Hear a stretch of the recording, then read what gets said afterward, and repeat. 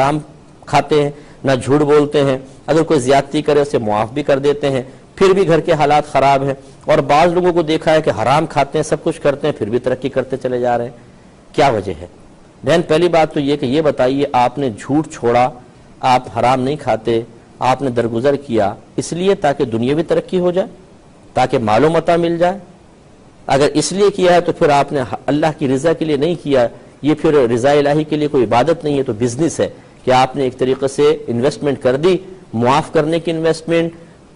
جھوٹ نہ بولنے کی انویسٹمنٹ، حرام سے بچنے کی انویسٹمنٹ، اور آپ متوقع ہو گئے اب آئے پروفٹ، تو پھر تو یہ بزنس ہوا، کوئی اس کا فائدہ نہیں ہے۔ اگر آپ نے اللہ تبارک و تعالیٰ کی رضا کے لیے کیا تو اللہ تعالیٰ کا کہیں یہ وعدہ نہیں ہے کہ اگر تم میری رضا کی خاطر اچھے اعمال کرو گے میں تمہیں ہر مشکل سے آسانی دے دوں گا۔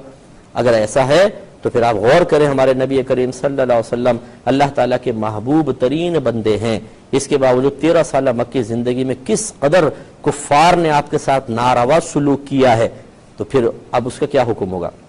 اور یاد رکھیں کہ اگر کوئی گناہوں کے ساتھ ترقی کر رہا ہے تو یہ اللہ کا انعام نہیں ہوتا، یہ غضب الہی کی علامت ہے کہ اللہ تعالیٰ جب کسی پہ غضبناک ہوتا ہے اس کی کوتاہیوں اور اس کی نافرمانیوں کے ساتھ اس کو اتنا دیتا ہے کہ وہ مطلب اتنا غافل ہو جاتا ہے، نہ توبہ کی طرف آتا ہے نہ وہ اپنے اعمال کی اصلاح کی طرف آتا ہے، اور ایسے اس کو موت آ جاتی ہے، تو یہ تو اللہ کے غضب کی علامت ہے۔ اس لیے میری پیاری بہن یہ بالکل نہ سوچئے کہ ہم گناہوں سے بچ رہے ہیں تو اس کا بدلہ دنیاوی مال و متاع کی شکل میں آنا چاہیے، نہیں، آپ اللہ کی بارگاہ میں بہت زیادہ مقبول ہیں، اسی لیے آپ پر بار بار آزمائشیں آ رہی ہیں۔ نبی کریم صلی اللہ علیہ وسلم کا فرمان ذی شان ہے کہ جب اللہ تعالیٰ کسی قوم کو اپنا محبوب بناتا ہے تو ان پر آزمائشوں کے دروازے کھول دیتا ہے۔ تو بس آپ اللہ کے محبوب ہیں، ہمت رکھیے، میدان معاشر میں آپ دیکھیے گا جب آپ کو انعام ملے گا تو آپ کی زبان پر یہ جملہ ہوگا کہ کاش میری زندگی کا ایک دن بھی عافیت اور سکون سے نہ گزرا ہوتا، اسی بے چینی میں گزرا ہوتا تو آج اس کا بھی میں انعام